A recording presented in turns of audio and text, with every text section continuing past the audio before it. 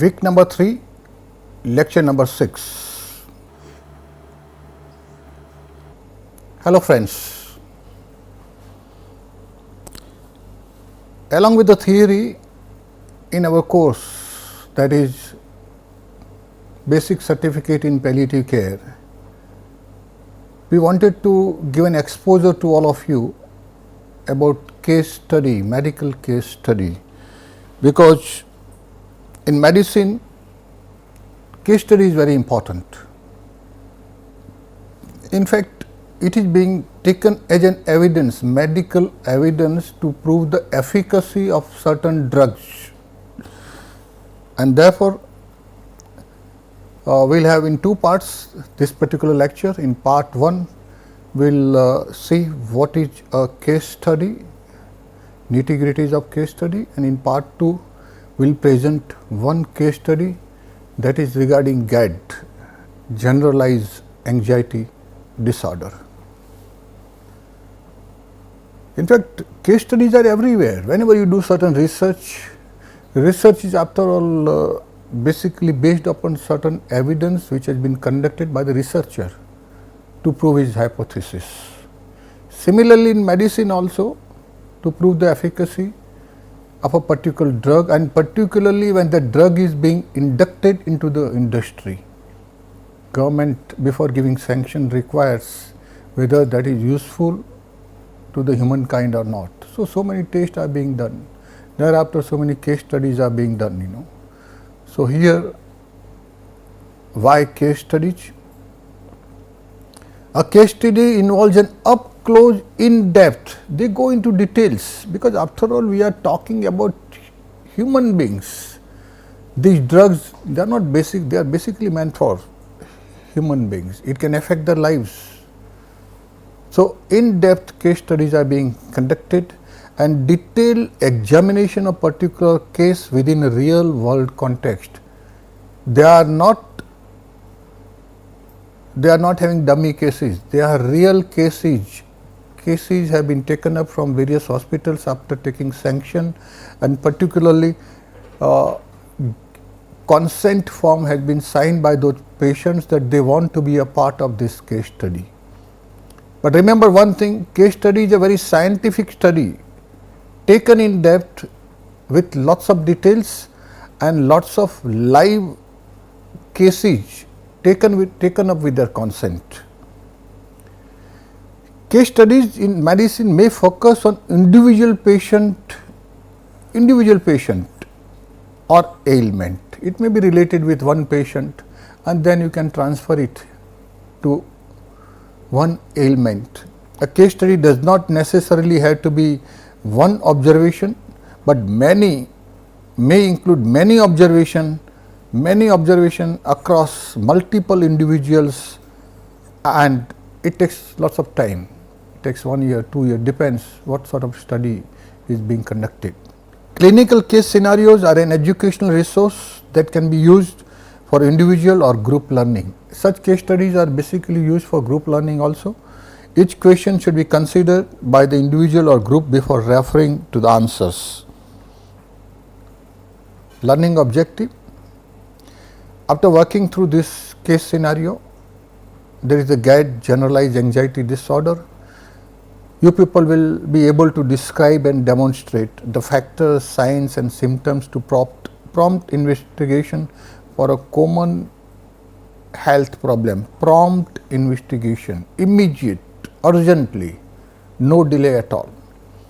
Key points to consider when providing care for and engaging people from different ethnical, cultural background. Principles of stepped care, and be able to describe examples of this applied to practice. Insights from practice of effective approaches for engaging people who are experiencing distress in a collaborative consultation. You will be engaging the people, that means basically they are the patients who are having this experience of the illness, or they have gone through that illness. Evidence-based approaches, evidence is there, it is available, that support investigation for common mental health problems with people within their care. how the principle of psychoeducation and active monitoring can be applied in practice, and lastly, effective approaches for multidisciplinary working or for establishing local treatment and referral pathways. Common mental health problems. Common mental health problems such as depression, generalized anxiety disorder, panic disorder, obsessive compulsive disorder, OCD we normally call it, post-traumatic stress disorder, PTSD, and social phobia may affect up to 15% of the population at one time. The severity of symptoms experiences will vary considerably, but all of these conditions can be associated with significant long-term disability because of psychological problems. For example, depression is estimated to be the second greatest contributor to disability adjusted life years throughout the developed world. Even this is happening in the developed world, then forget about the developing and the poor countries. Many anxiety disorders, particularly once established, tend to have a chronic course. The majority of people diagnosed with depression or anxiety disorder, up to 90%, are treated in primary care. However, many individuals do not seek treatment, and both anxiety and depression often go undiagnosed, and that is what happens in our country also, because psychological disorders, they are not being treated here. We do not have so many psychologists, we do not have, and at all if we have, then people generally do not go and attend to them. Maybe it is our psychological it's our culture that we think such psychological problems, they come and go. So we do not take such psychological problems very severely, and let me tell you, rightly also, some of the issues, they go on their own. We do not mind. Sometimes only when psychological problems last for a longer time, it prolongs, then of course people refer themselves to the psychiatrist. For such things, making a proper case study, you require proper communication skills. This point about communication skills will keep coming all throughout the basic course, because it is very common. We just want to emphasize that communication skill is one of the most important factor which can contribute to patient safety.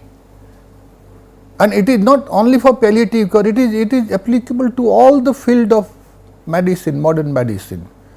And why modern medicine? It is applicable to our social lives also, communication skills. It includes active listening. They are the key components for building a trusting relationship with patients.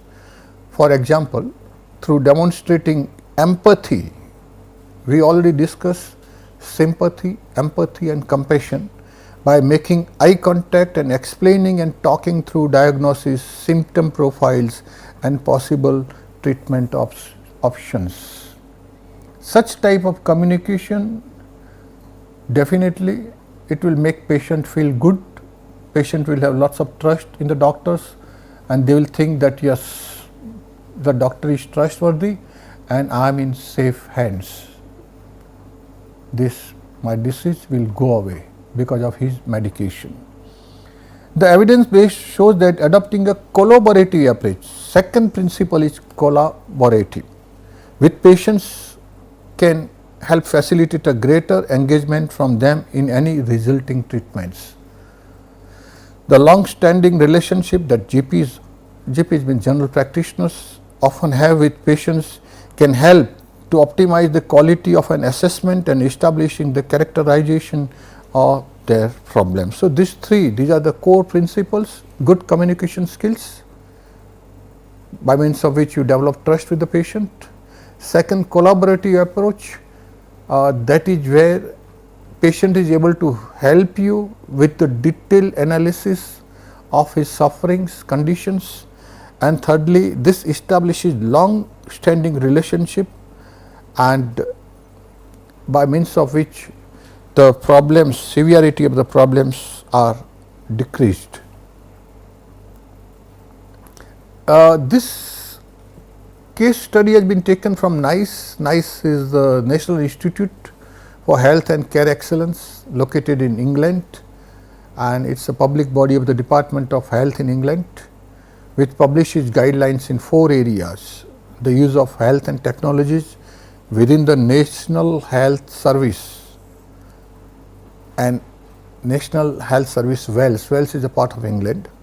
Clinical practice, guidance for public sector workers, we call them health workers, ASHA workers and others, and guidance for social care service and users. You will need to refer to the NICE clinical guidelines to help you decide what steps you would need to follow to diagnose and manage each case. So, make sure that users have access to a copy. We in India also have such guidelines. Now we have got, earlier it was MCI, Medical Council of India. Now we have got National Council, and they have published guidelines for such conduct of medical cases. We come to the case study as such. The case study pertains to generalized anxiety disorder. Anxiety does happen, we call it chinta, और that is also what is said कि चिंता यदि ज़्यादा हो जाती है तो फिर हमें चिता में जाना. चिता means crematorium. Too much of worries leads to a bad death. The same way, too much of worry brings about generalized anxiety disorder, GAD. In this case study, they had given 8 scenarios. I selected case scenario number 4, identification long standing anxiety, that is the generalized anxiety disorder. Now, presentation of the case. Ganpat, aged 45, is a locksmith. He has long standing and persistent worries that he has not done his job properly and someone might get burgled as a result. He worries he might have given customers to the wrong change whenever they have paid him in cash. Ganpat informs you that he worries about many things in his life, and his most common thought is, what if I keep on worrying, if I keep on doing this, what will happen to me? He often imagines the worst happening. This is what happens most of the time for any normal situation. We think the worst always and every time because mind picks up negative things. Here Ganpat also imagines the worst happenings and states that when he worries, he often feels sick, has headaches, feels butterflies in his stomach, and is aware of his heart pounding. Ganpat often gets hot and sweaty and says his anxiety makes it difficult to concentrate and do his job properly or play with his children. He doesn't get time. He doesn't like the work also, as well as he doesn't get time with his family. He is very distressed by his constant worrying and feeling of anxiety and regards it as a sign of weakness. At the beginning of the consultation with his general practitioner, Ganpat states he is attending because of problems with sleeping. But after questioning about how things have been for him recently, Ganpat discloses to his GP that he is feeling under considerable stress. Initially, when he was questioned, when he had a dialogue with the GP, with the clinician, he said this particular problem has arisen because I do not get proper sleep. But by deeper investigation, that is where I just said continuous statement, nurse statement, certain communication protocols and communication with empathy. Later on, Ganpat came and he disclosed that this feeling has come lately because of considerable stress in his work life and normal life too. That was the overall scenario of Ganpat, social story. Now we come to the medical history. Ganpat has no medical history of note. He is all fine, happy and healthy. Not happy, but at least physically he is healthy. On examination, no physical problem can be found. Ganpat looks distressed and is clearly sweating despite the fact that it is not warm in the GP's surgery room. The GP asks Ganpat how things are for him at work and at home, and Ganpat mentions that he has found a work bit difficult recently. He can't attend to his work properly. He tells the doctor he fears his levels of stress and anxiety will cause him to make a mistake at work. He might make some mistakes at work and someone will get burgled. He says that he worries his stress levels and it will make him mad. He will go mad.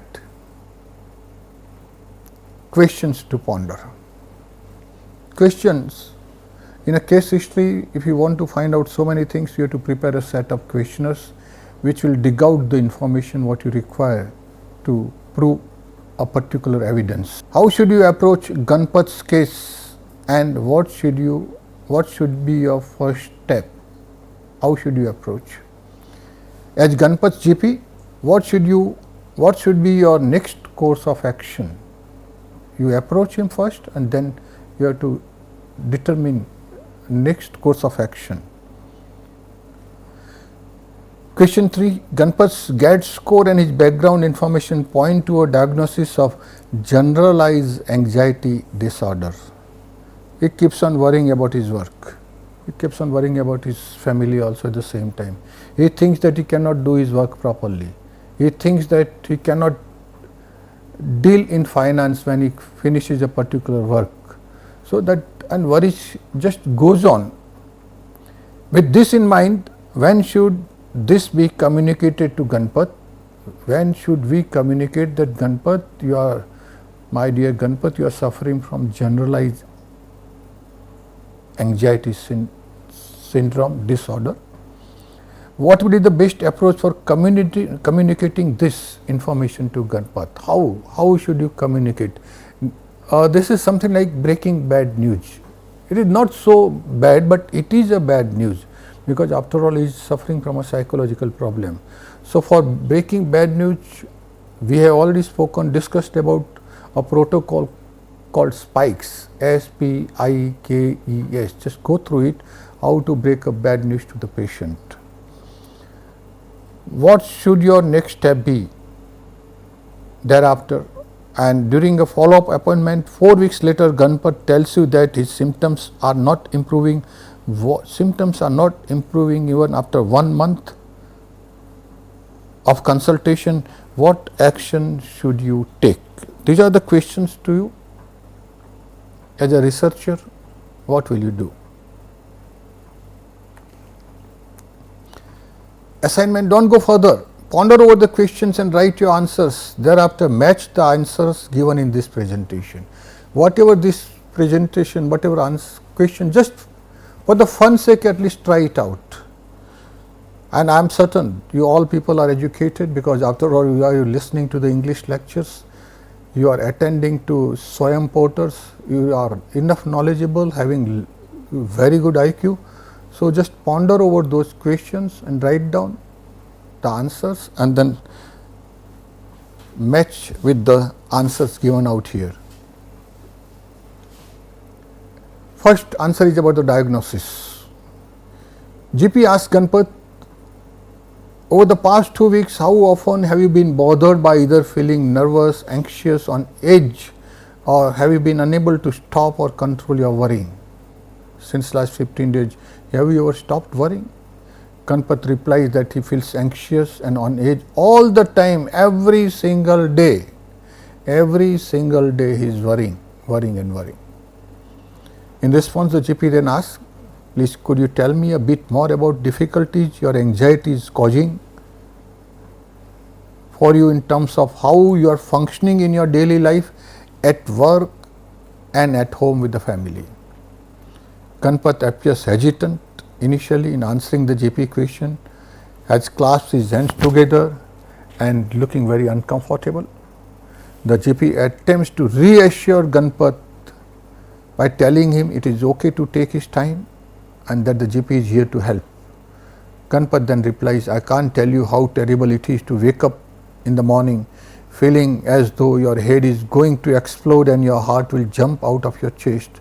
My mind and body are just overwhelmed with fear and I feel so scared.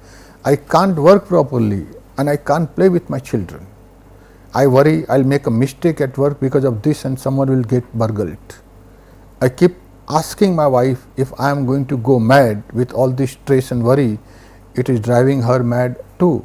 Naturally, wife and husband, if husband goes mad and husband thinks that he is going to go mad, wife also thinks the same way. I am slow at work and people are beginning to notice now because his constant worry is affecting adversely his work also in his workplace. Answer 2. GAD form. There is a specific form which has been prepared by the NICE. The GP asked Ganpat to complete a GAD form, introducing it with, please could you complete this form so I can get a bit more information on the nature of your worries, on what all points you are worrying and what is the scale of your worry. It won't take very long. There are only 7 questions, only 7, and it will help me to work out how best to help you. Ganpat completes the GAD form questionnaire. The GP then also asked Ganpat how long he had these symptoms. Ganpat replied that he has always been a bit of worrier, but that he feels in the past year since the recession really hit, it has got a lot worse. Almost about more than a year he is having this symptom of constant worries. Next step for diagnosis, to establish a fuller picture. The GP then asks Ganpat, is there anything else that is relevant that I should know about? For example, you have just mentioned the recession. Are there any particular worries for your firm at the moment? Do you have any particular money or other worries? The GP also asks, I can see from your records you haven't got a history of physical health problems. You have been always healthy. Have you ever had any help for your anxiety? Has anyone else in your family ever been a worrier like you? You mentioned some problems with your wife. Are you finding it tough to get along with people more generally? The GP then follows up with his, have you had any other periods of worry or any mental health problems in the past? This is the case history you have to find out basically. So he goes into the detail. Next step, Ganpat replies, I haven't really suffered from any other problems like this or had any mental health problems in the past. I have never had any help. I am too ashamed. I personally feel it is not very manly to worry, is it? This is the thing. He thinks that a man should not worry. He must take on the things, as it comes. And this particular thing that is worrying so much since last more than 1 year, he started thinking that he is not manly because he is worrying too much. My mom was a terrible warrior. He is giving the family history. I wasn't allowed out of the house after dark in case I got lost or a stranger took me. I wasn't allowed on the bus by myself until I was 16. That is too big. My wife is very tolerant and so are the children, and I can hide the worry from most people, so I guess everyone would think I was fine. He hasn't told anything to their family about his worries. I'm getting along with people okay on the outside. It is the inside that is a problem. It is internal, and therefore he cannot tell others and he is unable to relax. And that can be really stressful because whenever you keep certain worries in your mind every time, you don't want to share it with your closest people. Here the Ganpat doesn't want to share with his own wife. Forget out friends and children. So naturally worry, it gets bigger and bigger in his mind, and that is upsetting his overall functional state at workplace as well as in his personal life. Now comes the diagnosis and management. Now GP should explain the diagnosis of GAD, generalized anxiety disorder, to Ganpat, and it should be done straightway to help Ganpat begin to understand the disorder. The GP should then thereafter effective treatment promptly. When you diagnose, it should be immediately told to the patient, because what is there is no meaning if you keep on wasting the time. When a patient comes to you and you think that the diagnosis is proper after collecting proper history, medical history, social history, then it is your moral duty, even rather it is your task also to break the news to the patient that this is what I have found out, this is your diagnosis. And after giving this, once the patient accepts, then the second task is treatment plan. What is your action plan so that this particular disease, GERD, can be reduced or can be eliminated. In addition, the GP should provide information and education about the nature of GERD. This is what every practicing physician must do.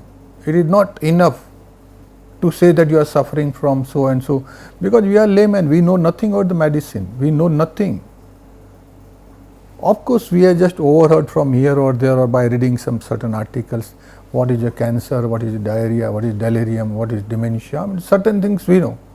But it is the duty of the consulting physician to tell in detail, in simpler terms, in those language, in those jargons that the patient can understand.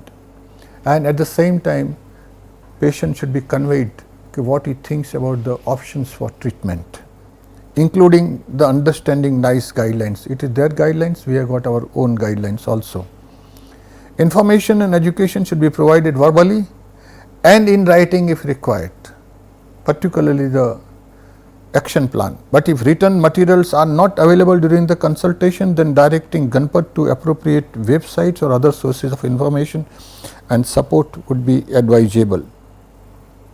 Next step, after conveying this, the diagnosis then action plan by the doctor to the Ganpat, the next step is agreement by the patient. So, here also the GP should agree an arrangement with Ganpat that enables the monitoring of his symptoms and functioning through either follow-up appointments or telephone consultations. This is because education and active monitoring may improve less severe presentation of GERD and avoid the need for further more interventions. The GP should provide Ganpat with some information about anxiety. As Ganpat has a diagnosis of GERD, his GP should also discuss with him the use of any over-the-counter medication and preparation, as some of this could increase his symptoms of anxiety. Ganpat should be warned that do not take other medicines from outside until and unless I prescribe you some, because this might increase your overall anxiety syndrome. Follow-up appointment. If Ganpat's symptoms do not improve after 4 weeks, we are giving 4 weeks of education and active monitoring, the GP should move to consider stepped up intervention. Now, second thing, intervention will start and discuss the option available with Ganpat. Specifically, the GP should offer one or more of the following as a first line intervention. Intervention can be first line, second line, third line, like that. So, first thing comes to first line intervention, guided by Ganpat's preference. Individual non-facilitated self-help, he can do certain help. Individual guided self-help, somebody will come and will help him. And then comes psycho-educational group. In Western countries, they have such groups, like alcohol anonymous group is there, the people who remain drunk every time and they want to leave drinking. So, they have their own groups. Such psychological groups are existing in modern developed countries. Of course, we also have started that particular system here, but it is not prevalent in our society because we do not have such problems existing in our society, and at all problems are there, they are not surfacing up. Treatment and referral advice. This is the initial treatment. Even if the problem persists, then it can be stepped up. We are just talking about intervention 1, intervention 2 and other things. Disorder, certain disorders, this is the NICE list by that institute.